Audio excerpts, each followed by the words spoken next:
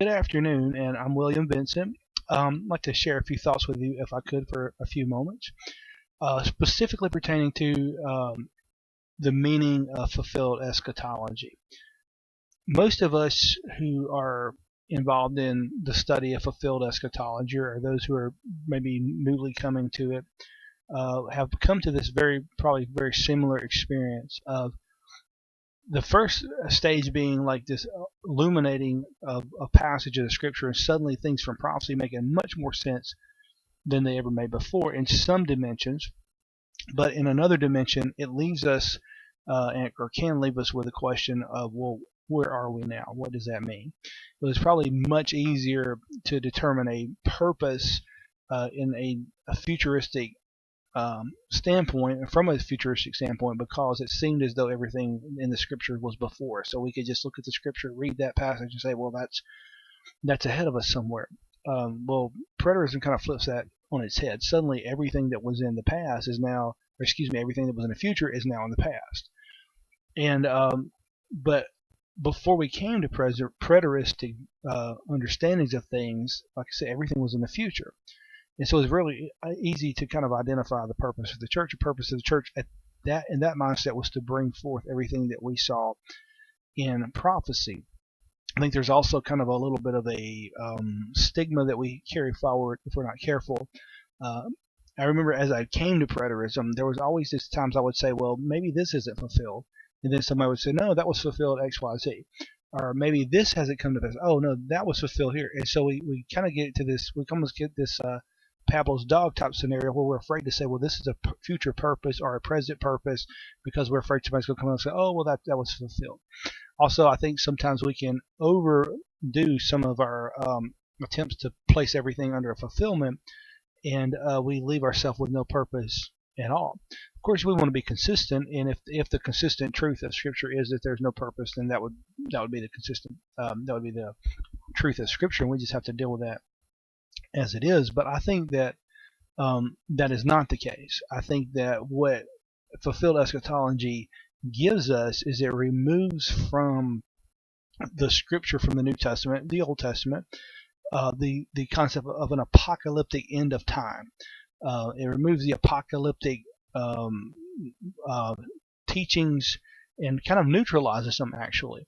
When we look at the teachings of Jesus, I see two different really kind of spheres of teaching. I see a kind of an esoteric, internalized spiritual type teaching, teaching people to be connected to God, teaching people to live righteous types of lives, and a very spiritualistic type teaching, spiritual authority in our own life. And then I see alongside of this an apocalyptic type teaching. He's talking about things are about to change, things are about to happen, wars, rumors of wars, etc. What preterism does, it really kind of takes that away from the teachings of Jesus, takes it away from the New Testament, and it kind of leaves us with that spiritual, esoteric, internal type of teaching, and leaves us with that kind of purpose.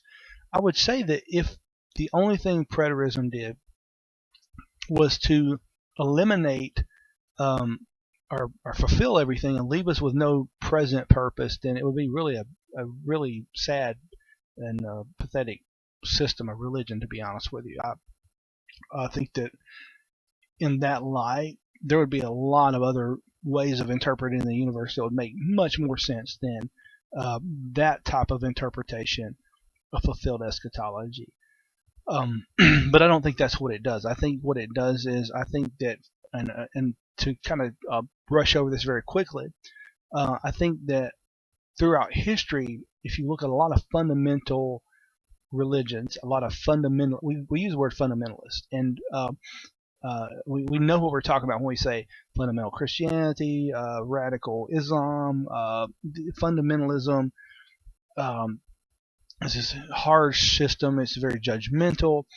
But if we really look at it, the base core of all these fundamental religions is this apocalyptic view of the universe. This idea that God is something's broke, something's bad, everything's getting worse and worse, and God's going to have to kind of wipe all this stuff out and judge everybody and destroy everybody to bring it to a place where it needs to be. And so there's this very negative outlook and this very judgmental. When negative things are the will of God, negative things should happen. Wars and rumors of wars and natural disasters, all these things are God's plan for the universe, or God's plans for people, or his ultimate purpose, or he's trying to punish people or kill people. I think this is the essence of these very bad fundamental religions. This is apocalyptic view of the world, that the world should be destroyed, or that humanity deserves and needs to be judged, and that God's going to do it, and that the Christian people or the Islamic people or the Jewish people, whatever religion they may be a part of, are the key to bringing about judgment. And so what a wonderful destiny and purpose that they would have on their life, to be the agents of doom and destruction. And so many of them actually take it to the point where they actually physically begin to destroy life in the name of God and in the name of their religion.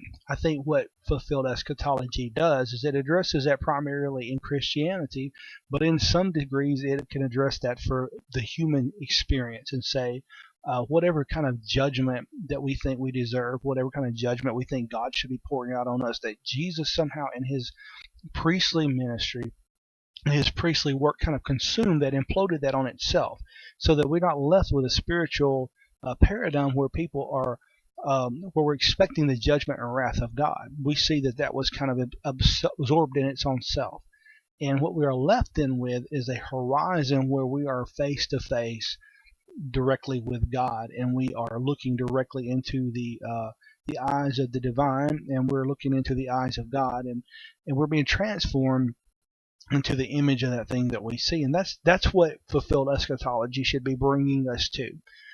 And so we don't want to get in what I call a feedback loop of eschatology, where everything is being fulfilled, everything's done in the past.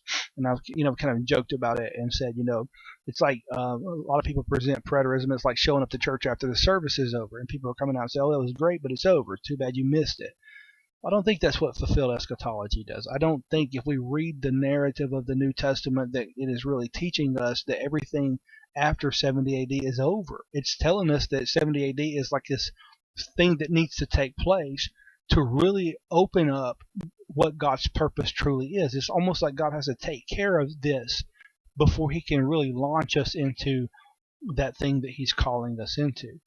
That would be an honest view of the preaching of the New Testament. If it's just as honest and just as consistent to say that the writers of the New Testament expected the fullness of God's purpose to be revealed in the coming of the Lord, it's just as consistent as saying that they expected that to happen in the first century. They expected, and we can even see that in futuristic interpretations of that. If you look at futuristic interpretations, they get the timing of that wrong. But they very clearly see that when this happens, the fullness of God's purpose is going to begin at that point. It's not going to end. It's not going to consume itself.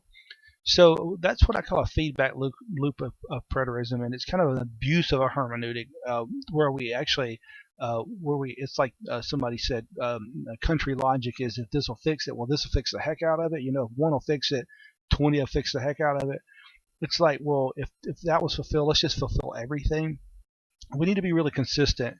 We really need to look at what the writers of the New Testament expected, and I think that they expected, and we're going to get into that in some of in the preceding lessons, that I feel like they expected something very dynamic to take place, something very spiritual, very dynamic. And if we miss the fullness of what they expected, then we're going to miss the purpose of fulfilled eschatology. And so in the next several series, we're going to kind of introduce, and this is kind of an introduction to a series I want to teach, some lessons on the purpose of the Parousia of Christ, the purpose of the Parousia of Christ. And I hope to share some insights into what the apostolic teachers and authors believe would happen, and believe what was happening spiritually during the first century, and what they expected would take place. And I think once we see what they were looking for, we will see, and it begin to illuminate perhaps what our purpose is and should be in this present time. So looking forward to teaching these. This is kind of like my first stab at a video sermon series. So I hope that maybe they'll get better as we go along. We'll see. But really enjoy the opportunity to speak to you, and hope that you will enjoy these lessons. Look for the next one to be coming out very shortly. God bless you, and you have a great day.